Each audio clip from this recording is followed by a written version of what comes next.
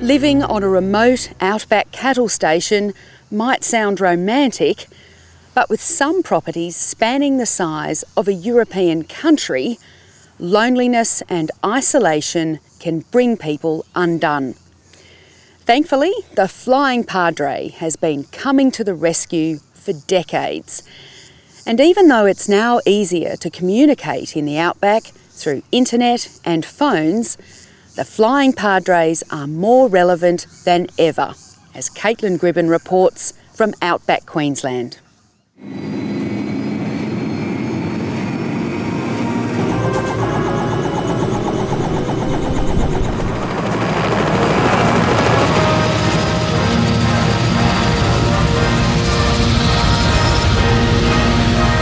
When this is the view from your office, you sometimes have to pinch yourself.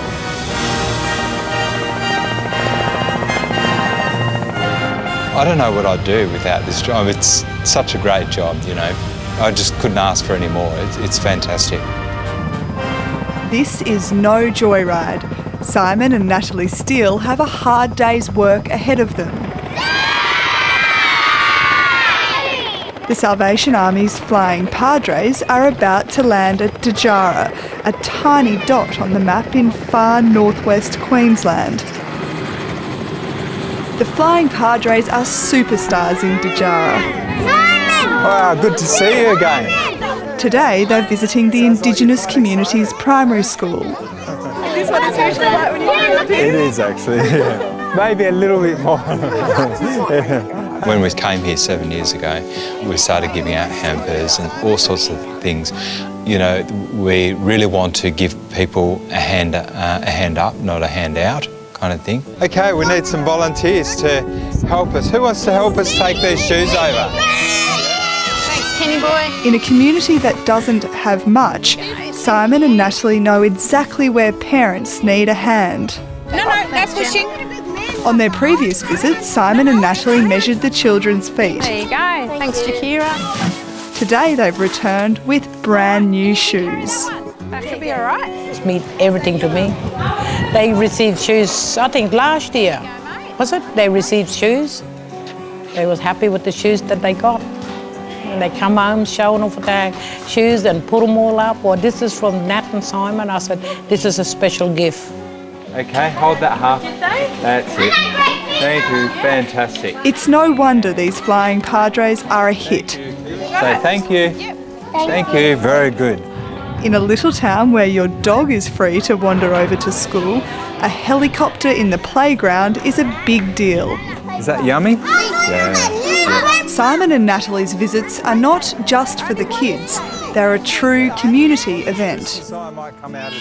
Sometimes people feel a little bit shy at first because you're visiting people often in their space and they can feel a little bit like unsure of you, but I think that, you know, generally people feel very warm and welcoming and happy. The kids, when we get to the schools, are really happy and joyfully welcome us, which is really wonderful. And Nat and Simon are the best for me anyway, and for the school and the community.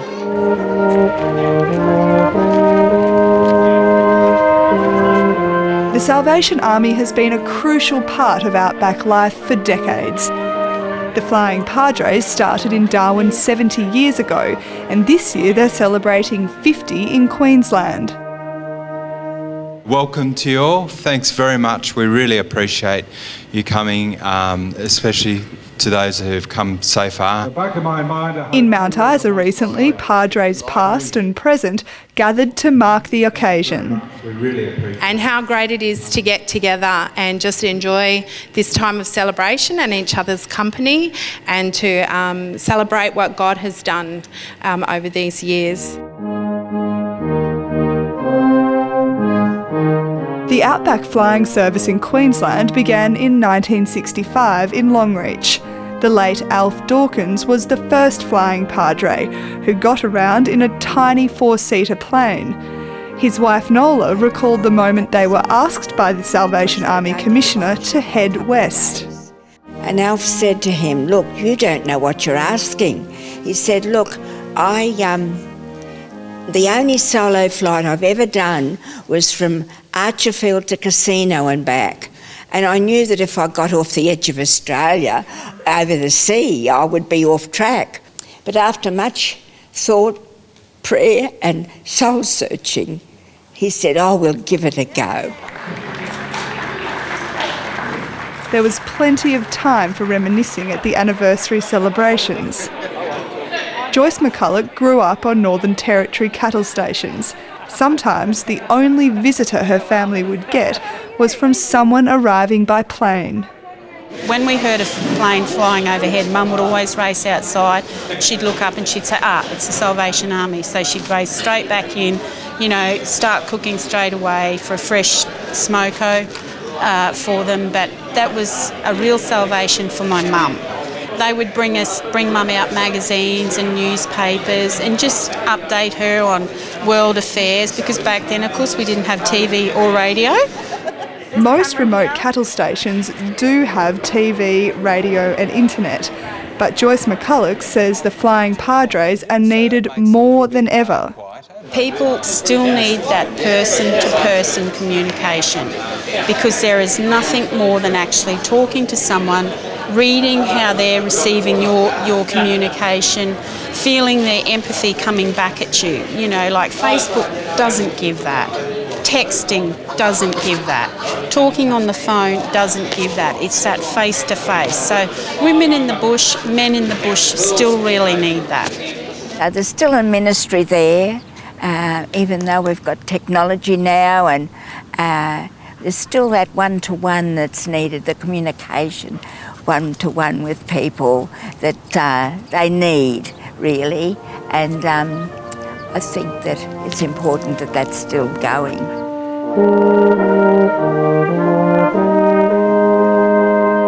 Alf Dawkins started a tradition that is still alive today. He sort of had to make pioneer trips. He didn't know where he was going to land. He just had to take, pot luck as it was. But he did call into Floraville, which I believe they still call into it now.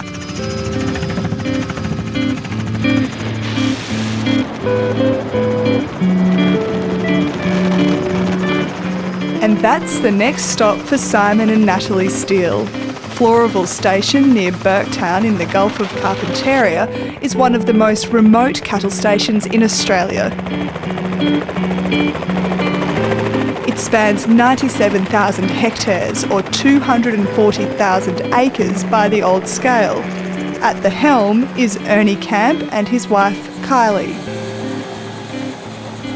Oh, look, it's really lovely to see them because they're just such lovely people, and they bring with them a lot of warmth and generosity of spirit in themselves, and they're just, it's just lovely to have that, that fellowship, that friendship. All the stuff. There's always a great spread on offer at the Camp Homestead kitchen, and something a little special delivered as precious cargo. They do bring some really important things. There's a certain carbonated beverage that I am quite addicted to. And usually when they come, they always make sure that no matter how much space is constrained, there's always a carton of that carbonated beverage. That gets them right up there in my brownie points. But it's not just about the soft drinks. When the Steeles visit cattle stations, they often help with jobs like fencing, mustering or checking water pumps. Especially with men, the great thing with this service is that we do come and give them a hand fencing or do something like that. And it's not so much the actual, we've got more fencing done, but it's more that's when you get guys talking and going, I'm having a hard time with this or whatever, and so that's really valuable. This week, drillers are travelling to Floraville Station to try to sink a bore. That would provide essential water for the property. In dry, dusty times of drought, the Camp family welcomes spiritual guidance. We just like the Salvation Army as they dedicated the other bore. We just like to pray over this one. We have this opportunity here today to pray over this bore As you said, that water is a source of life, and so we just pray that this, as the drillers come out and start drilling this bore, that there will be a good source of water under here. We certainly understand whatever happens, it is God's will, but we hope that we look favourably for us to have a success here once again. But his delight is in the law of the Lord. Kylie Camp says the Flying Padres never push Christianity onto people.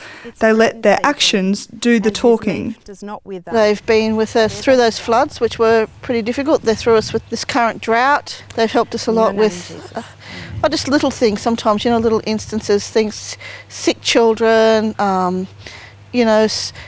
just sometimes the black dog kind of gets everybody at different points of time, and if you're feeling through that, through some particular circumstance, I've always found if you're really like that and you ring them up, they would be here in a heartbeat.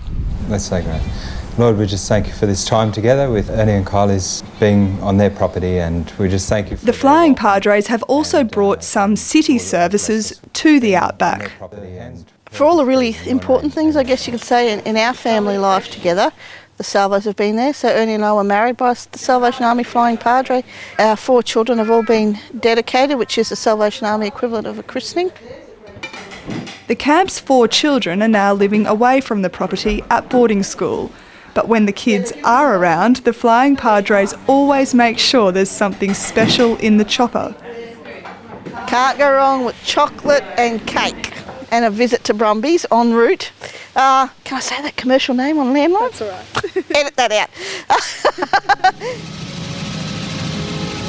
It's not all glamorous, of course. There's been plenty of flies, dust and heat for Padres to contend with over the past 50 years.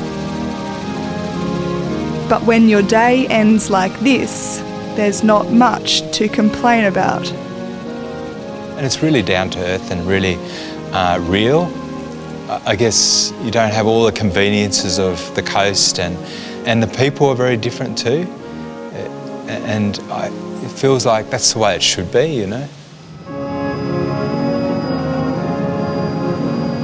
We feel like life is very rich and wonderful and varied, and we feel really blessed. We've met lots of really lovely people and been to many beautiful places out here that we feel like it's the best kept secret out here. It's a wonderful season in our lives.